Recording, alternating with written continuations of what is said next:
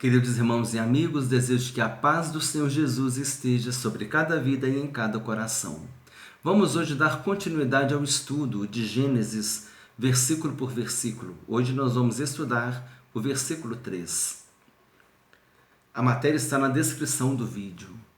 Na aula de hoje nós veremos, antes do estudo do versículo de Gênesis, capítulo 1, versículo 3, o esclarecimento sobre o termo dia e sobre a expressão e houve tarde e manhã. O entendimento dessas expressões é de grande importância a uma correta interpretação e entendimento do texto bíblico que estamos estudando. Hoje nós vamos aprender sobre a palavra dia e sobre o termo e a expressão e houve tarde e manhã. Leitura na descrição do vídeo, esclarecimento sobre a palavra dia. Se nós fizermos uma análise com bastante atenção, veremos que a palavra dia em Gênesis capítulo 1, no capítulo 1, não se trata do dia de 24 horas. É muito fácil nós entendermos isso, porque o Sol foi criado no quarto dia. A Terra possui pelo menos dois movimentos. Os movimentos de rotação e de translação ou revolução. O movimento de translação ou revolução é a volta que ela dá em torno do Sol e dura 365 dias e 6 horas. Então aqui está o Sol e a Terra ela faz um movimento de translação ou revolução em volta do Sol e dura 365 dias e 6 horas. Esses 365 dias no nosso calendário formam um ano. Então, o movimento de translação ele é uma volta completa de ano em ano. No nosso calendário, temos 365 dias e as 6 horas ficam para trás. Então, há uma correção no calendário, o chamado ano bissexto, no qual o mês de fevereiro possui 29 dias, fazendo o ajuste das 6 horas que não foram consideradas na contagem dos anos. Por causa do movimento de translação, nós temos também as 4 estações do ano, primavera, verão, outono e inverno. Então, o movimento de translação ou revolução demora 365 dias e 6 horas. Então, roda uma vez completa 365 dias. A segunda e a terceira. Cada volta dessa foi um ano. 6 horas ficaram para trás. No quarto ano, que é o ano bissexto, pega essas 6 horas, também do ano bissexto, com as outras 3, que ficaram para trás. 6 vezes 4, 24, dá um dia a mais, que é o dia 29 de fevereiro, por isso que no ano bissexto tem 29, o fevereiro tem 29 dias. É um ajuste do calendário, vamos assim dizer. Faz um ajuste de 4 em 4 anos, aquelas 6 horas que ficam para trás, faz um ajuste, 6 vezes 4, 24, e aumenta um dia no mês de fevereiro. Então, o movimento de translação, ele dá origem ao ano, quando é uma volta completa, e também dá origem às 4 estações do ano, primavera, verão, outono e inverno. E o outro movimento da Terra é o movimento de rotação, é aquele no qual a Terra gira em torno do seu próprio eixo, dando origem ao dia e à noite. Ao mesmo tempo que a Terra está girando em torno do Sol, ela está também girando em torno do seu próprio eixo. Então está formando os dias e as noites durante um ano. Completou a volta, já fez já completou aquele ano e também já passaram as 4 estações do ano. Então, o movimento de rotação é aquele no qual a Terra gira em torno do seu próprio eixo, dando origem ao dia e à noite. Ao mesmo tempo que a Terra está realizando o movimento de rotação, ela também está realizando o movimento de translação ou revolução.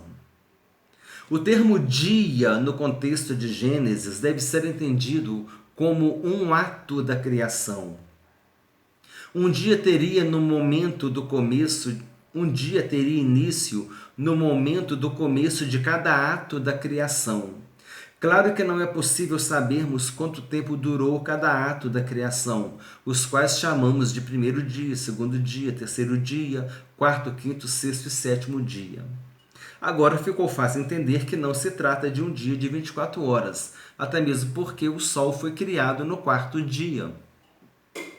Então aqui há uma linha teológica que defende que esse ato da criação não são dias de 24 horas. Há uma linha teológica que defende que sim, mas há uma linha teológica que defende que não.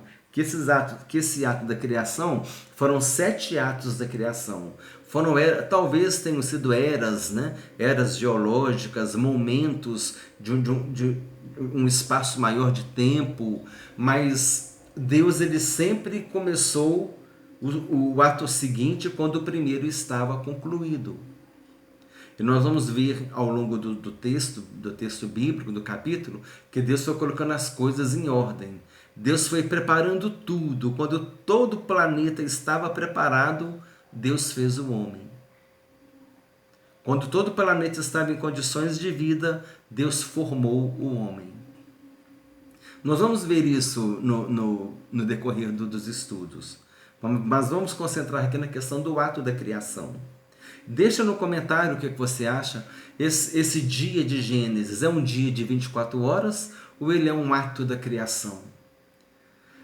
A gente não deve focalizar, dar muito valor se o dia é de 24 horas ou se é ato da criação. São interpretações. É heresia falar que é de 24 horas, o dia é de 24 horas? É heresia falar que é um ato da criação, que é mais tempo? Não é heresia, é apenas interpretação. A Bíblia permite que a gente tenha uma interpretação, várias interpretações dentro de algum assunto. Existe um erro ali, porque não existem duas verdades. Então, vai ser um dia de 24 horas ou vai ser um ato da criação com mais tempo. Não pode ser os dois ao mesmo tempo. Um dos dois está errado. Uma das duas linhas está errada. Mas isso caracteriza heresia? Não. Heresia é quando você está comprometendo uma doutrina bíblica. Você fala que Jesus não é Deus. Isso é heresia. Não é? Então, por quê? Porque você está afrontando uma doutrina bíblica. A doutrina bíblica, há ensinos bíblicos que não abrem mão de debate. Jesus é Deus, pronto e acabou. Jesus morreu na cruz para me salvar, pronto e acabou. Não há outro debaixo do céu pelo qual não há outro nome debaixo do céu pelo qual importa que sejamos salvos, a não ser o nome de Jesus, pronto e acabou. Só Jesus salva. Você pode ter 300 religiões, só Jesus salva. Quem morreu na cruz para te salvar foi Jesus. Então isso é uma doutrina bíblica. E você não pode... Isso não se questiona. Agora aqui não. É ato da criação? Alguns dizem que creem que sim, que é um ato da criação, uma era geológica, por exemplo, um ato maior, e Deus ele só começou, um tempo maior, né? E Deus ele só começou o ato seguinte depois que ele terminou aquele primeiro, até que ele preparou tudo para que o homem viesse. E no 7º dia ele descansou. Tudo isso é colocado de uma forma didática para que nós pudéssemos compreender. Houve uma colocação didática para que nós pudéssemos entender como foi a criação. Foi uma criação organizada, foi uma criação planejada, foi uma criação que Deus ele pegou a terra sem forma, vazia, no caos e colocou essa terra em ordem. Essa é que é a mensagem que a gente tem que extrair. Agora, se é dia de 24 horas ou é um ato da criação com mais tempo, isso fica em segundo plano. A gente não tem que dar importância maior para isso. Mas é interessante nós levantarmos essa dialética. É um dia de 24 horas ou é um ato da criação com mais tempo? Porque nós não sabemos precisar quanto tempo que foi. Nós não sabemos dizer quanto tempo que foi. Deixa no comentário o que você acha, a sua opinião. É interessante você deixar o seu comentário. Agora, esclarecimento sobre a expressão houve tarde de manhã. Essa expressão está em Gênesis capítulo 1, versículos 5, 8, 13, 19, 23 e 31. Em todos os versículos mencionados anteriormente, nós encontramos a expressão e houve tarde de manhã, o primeiro dia. Depois, e houve tarde de manhã, o segundo dia, e assim sucessivamente. até o sétimo dia, né? No fim de cada ato da criação. Então, cada ato da criação teve a expressão, e houve tarde e manhã. Essa expressão, ela faz parte de um relato de Moisés, o autor de Gênesis.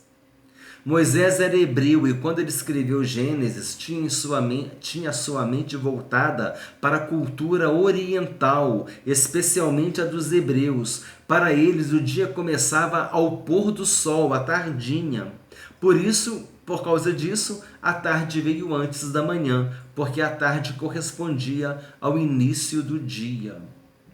Então, para os hebreus, na época de Moisés, o dia começava na parte da tarde. Então ele escreveu de acordo com a cultura dele. É importante nós entendermos, é importante a gente identificar o momento histórico, a circunstância que o escritor escreveu um texto bíblico. É muito importante quando você vai preparar uma mensagem, você tem que identificar o contexto histórico que aquele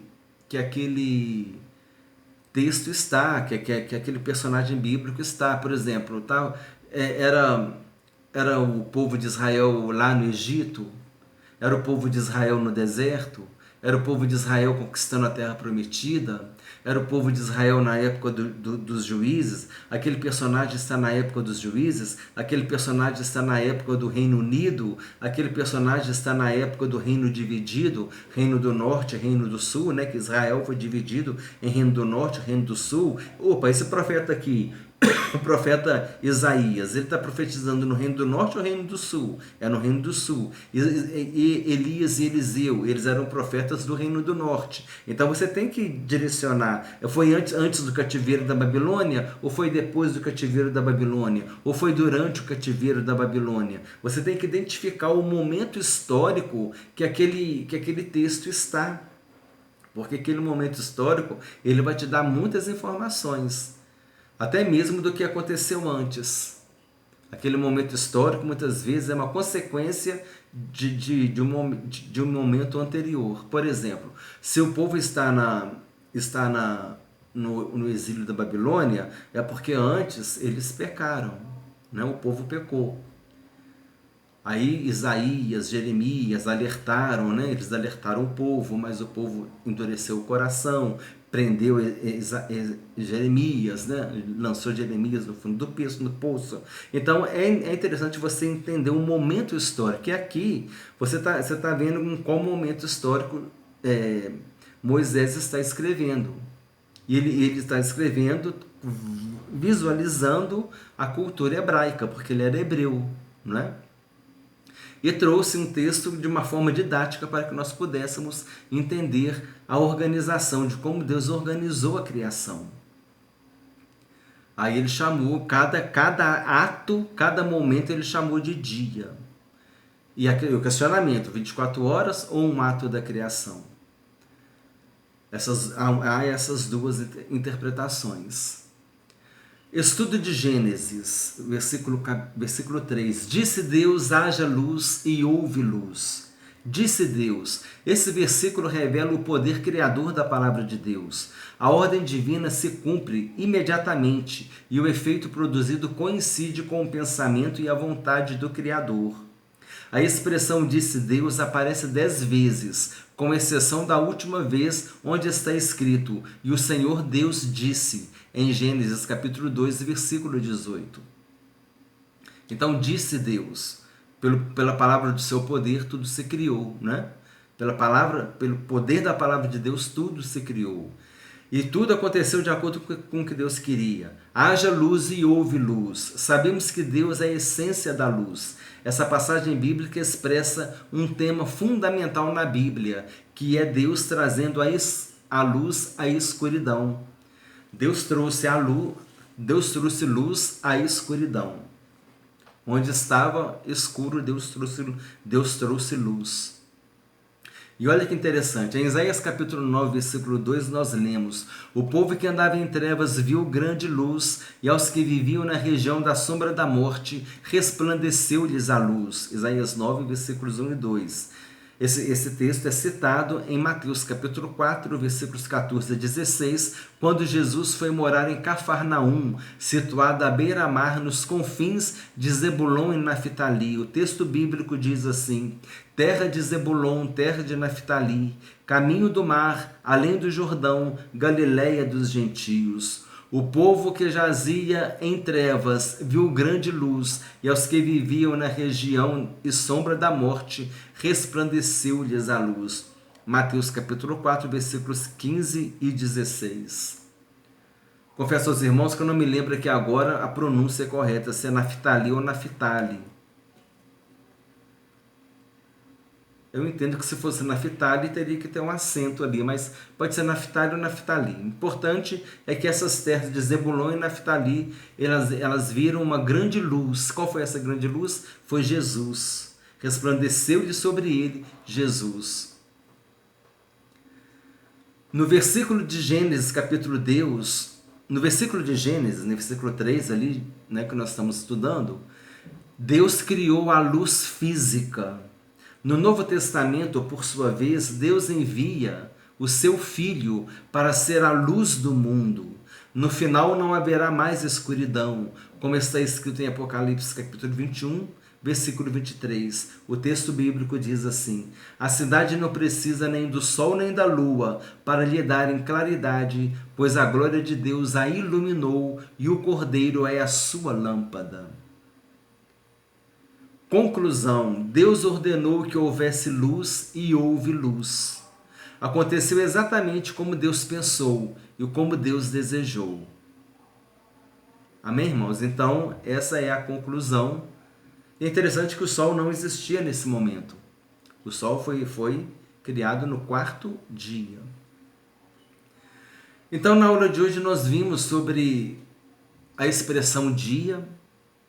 Comenta-se essa expressão, você acha que ela é um dia de 24 horas ou é um ato da criação? E esse ato da criação é uma era, é uma época. E de épocas em épocas Deus foi fazendo a sua obra, Deus foi organizando a criação. E você deixa no comentário o que você acha, qual é a sua interpretação, qual das duas linhas de pensamento você adota. Sabendo que pode haver um erro de interpretação, quer seja numa ou noutra, porque não há duas verdades. E isso não é heresia.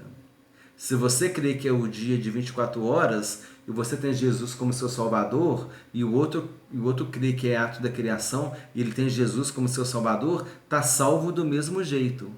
Isso não define a salvação de ninguém, são interpretações que a gente tem e é uma dialética interessante. É uma dialética que provoca um debate, que provoca uma discussão madura, né, inteligente, e isso vai exigir que se faça uma pesquisa, que se fundamente a sua opinião, né? Não é fundamentar a opinião no achismo, é você fundamentar a opinião. Aí você pode pesquisar, procurar uma informação que você possa fundamentar uma ou outra opinião.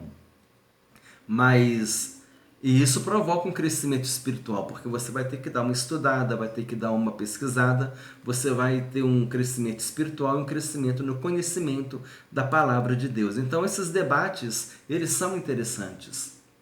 E tem o esclarecimento também sobre a tarde e amanhã. Houve tarde e manhã, o primeiro dia, até o 7º dia, fazendo referência à cultura hebraica, porque eles começavam a contar o dia a partir da tardezinha, né? Por isso a partir do pôr do sol, por isso que eles dizem tarde e manhã, o primeiro dia. Também falamos sobre o poder revelador da palavra de Deus, haja luz e houve luz, né? Deus ele criou a luz. E a gente fez uma comparação aqui que do mesmo jeito que Deus ele trouxe luz à escuridão, também ele enviou Jesus a um mundo que estava em escuridão, né? E Jesus disse: eu sou a luz do mundo. É interessante, mas igual eu já falei para os irmãos, quando a gente prepara uma mensagem no Antigo Testamento, a gente tem que terminar essa mensagem falando de Jesus, porque é Jesus quem salva. E aqui, olha só um gancho aqui. Deus trouxe a luz à escuridão. Onde havia escuridão, Deus trouxe luz. Aí você pega o gancho lá de Isaías 9:2, que fala que resplandeceu a luz àqueles que estavam na sombra da morte e aqueles que viviam nas trevas, que jazia nas trevas. E ali você fala daquela profecia que se cumpriu em Jesus. Então você vê que toda a mensagem do Antigo Testamento, ela precisa de ser canalizada de alguma forma, buscar um gancho para terminar falando de Jesus. É interessante essa didática também na hora de se preparar uma mensagem. E no final a gente apresenta Jesus como Senhor e como Salvador. Então, meus irmãos, assim nós terminamos o estudo de Gênesis capítulo 1, versículo 3. Desejo que Deus te abençoe ricamente, em nome do Senhor Jesus Cristo.